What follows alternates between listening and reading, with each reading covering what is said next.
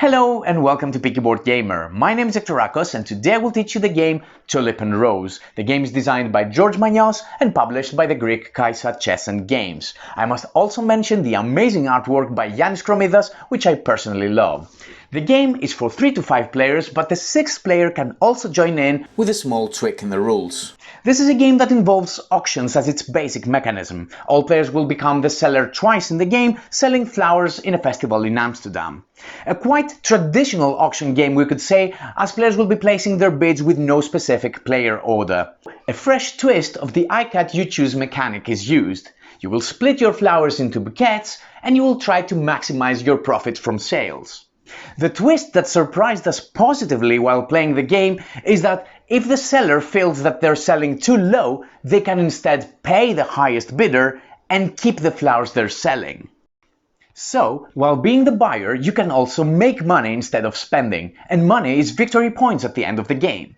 But again, you won't get the flowers for your set collection and you might not be able to satisfy your special order cards. These are the decisions you must take in this very fun to play game that lasts around 60 minutes. The game will be up in Board Game Arena very soon and I really recommend that you give this one a try. Let's start!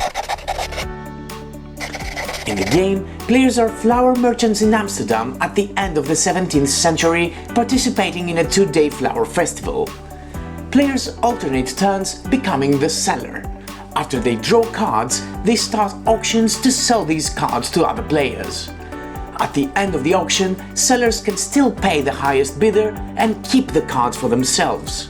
Players will try to collect sets of various kinds of flowers, satisfy the goals of special order cards, but avoid weed cards that score negative points.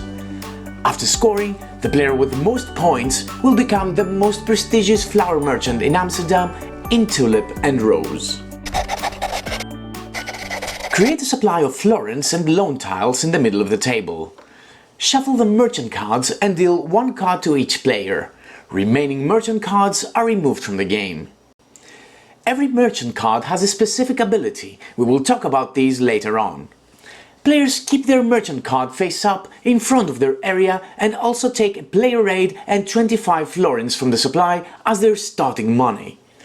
Money is open information, but players can choose in advance to play with secret money. Some of the remaining cards of the game, main game cards and special orders, are only used for specific player counts. This is indicated from this illustration in the bottom part, showing the minimum player count. This card, for example, can only be used in a game of 4 or more players. Special order cards give players goals for scoring some extra points. It is recommended, however, that you exclude these cards for your first game. If special orders are indeed used, shuffle them and deal 3 cards to each player. Players examine their cards, but keep them secret from other players. All unused special orders are returned to the box. Main game cards are distinguished to flower cards, weeds and special cards. Flower cards depict a parenthesis with a number. This indicates the number of cards of this specific flower type in the deck. Special cards have an effect which is explained by text on the card itself. Weed cards are cards that you must try to avoid. Again, it is recommended that for your first game you exclude weed cards. If you don't, shuffle all flower cards, special cards and weed cards together, forming a big stack and place it in the middle of the table. The game is now ready to start. The game is played in 2 days, representing the 2 days of the flower festival. Each day consists of rounds equal to the number of players. So, in our example, every day will consist of 4 rounds.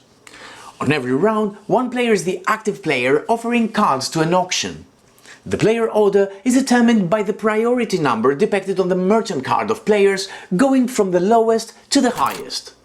When all players have become the active player once, the day ends and you repeat this for the 2nd day. At the end of the 2nd day, players proceed with scoring. Every round starts with an income phase in which all players receive income simultaneously. Income is generated from various sources. For the first round, this is only from your merchant card as it's depicted in the bottom right corner of the card. so the owner of Helena generates 4 florins on every income phase. In subsequent rounds, players will be generating income from their acquired cards as well, but also from the effect of a well card if they have one. After the income phase, the active player starts to reveal cards from the main deck one at a time, adding the starting values of the cards they draw. The starting value of the card is depicted here, and if the card has 2 values, the one on the left applies for the first day and the one on the right for the second day. After a total of 20 or 21 is reached, the player stops drawing cards. If 21 is exceeded, player stops drawing cards and then chooses and discards drawn cards one by one until the total is brought back to 21 or less. If the deck ever depletes, reshuffle all discarded cards and form a new deck. Let's make an example. Let's say I'm the active player, so I start drawing cards. If this is the first day in our game, this card has a value of 5. I continue drawing cards. I get a rose, 5 plus 3 is 8. I continue drawing cards. Weeds have a negative value, 8 minus 2 is 6. I continue drawing cards. Plus 2, the total goes to 8. Plus 4, the total goes to 12. Plus 2, 14.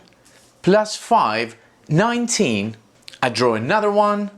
Plus 5, 24 points. I exceeded 21, so I stop, and now I must discard cards until the total is brought back to 21 or less. Weed cards cannot be discarded, but you can discard special cards. Now I have plenty of options. In this example, I will choose to discard the rose card. The total is now 21 and I must stop discarding cards. In the next step, the active player must split the drawn cards into 3 sets called bouquets. Every set must contain at least 1 card and all cards must be used. The main phase of the round is the auction phase. Here the active player selects one of the bouquets and starts an auction. When the auction ends, the player selects a second bouquet and this continues until all 3 bouquets are auctioned. When an auction starts, every player can bid except than the active player. The starting bid is equal to the bouquet's starting value total. The starting bid for this bouquet would be 12 florins. If the total is negative, the starting bid is 1 florin.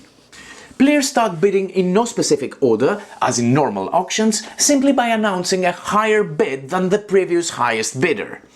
Players don't pass in the auction. The auction ends when no other player wishes to bid higher, in which case the highest bidder wins the auction. Important, a player can overbid their own bidding. At this point, the active player has the final word and decides either to accept the payment of the final bid from the highest bidder, who will then acquire all cards in the bouquet, or to pay half of the final bid to the highest bidder, rounding up, and keep the cards for themselves. Remember that if no player makes the starting bid, the seller will and must keep the bouquet for free. When you acquire cards, you place them in your play area face up. Some special cards might have effects that are triggered as soon as you gain them. At the moment of payment, if you need more money than you have, you can take a loan tile. This means that you may bid higher than your florin balance. Each loan you take immediately grants you 20 florins, but will score minus 30 points in scoring. Also, you can never take more than 2 loans. After you have 2 loan tiles, you can only bid amounts that you can afford. After the last bouquet has been auctioned, the next round begins with a player whose merchant has the next lowest priority value. If that was the last round of the second day, you proceed to scoring. In scoring, you gain victory points from your flower cards. First, you count how many different types of flowers you have. You multiply the number by itself and gain that many points. I have 5 different types, so 5 times 5 equals 25 victory points. Then you count the number of same flower cards you have for each of the categories and multiply the total by itself. I have 7 roses, so I gain 7 times 7, 49 victory points. You can also use this table in your player aid card. Also, you gain points from Watering Network special cards in case you have them. You then convert all of your remaining florins into victory points. In this example, I will gain 82 victory points. If you used special order cards, you reveal them and score 15 points for each card you satisfy. This one requires 1 lilium and 2 roses, which I have, so I gain 15 points. The next one requires 2 roses and an anemone, which again I have, so I gain another 15 points. The last one requires a lilium and an anemone. I have these flowers, but these were used for the other 2 special order cards. You can only use each card once. Then you score negative points depending on the number of weed cards you have based on this table. I have 5 weed cards, so I score minus 35 points. Finally, you score minus 30 points for every loan you have. The player with the most points is the winner. If there is a tie, then the winner is the tied player with the most money. When Jan is the active player, before splitting the drawn cards into 3 bouquets, he can keep one of the flower cards as long as the card's starting value is 3 or less. At the end of the game, Angel searches the remaining deck of cards and adds any one flower card into his collection. When Peter draws cards from the deck, he must stop once the total reaches 22 or 23 instead of the normal 20 or 21. If Peter exceeds this limit, he discards cards until the total is 23 or less. When Helena is the active player, she creates 4 bouquets instead of the normal 3. In auctions, Johan can always bid the same amount with the highest bidder. If no one bids more, he wins the auction. When you gain a watering can, you can either keep it for its income yield, otherwise you can discard it and gain 9 florins. If you're the owner of the well, all your opponents must pay you 1 florin on each income phase. In scoring, a bee counts as a flower of any type, even one of those that you don't have. However, you cannot use this flower to satisfy special order requirements. If you have a fertilizer, then during scoring, this card will count as 2 additional flowers of one of the kinds you already have in your possession.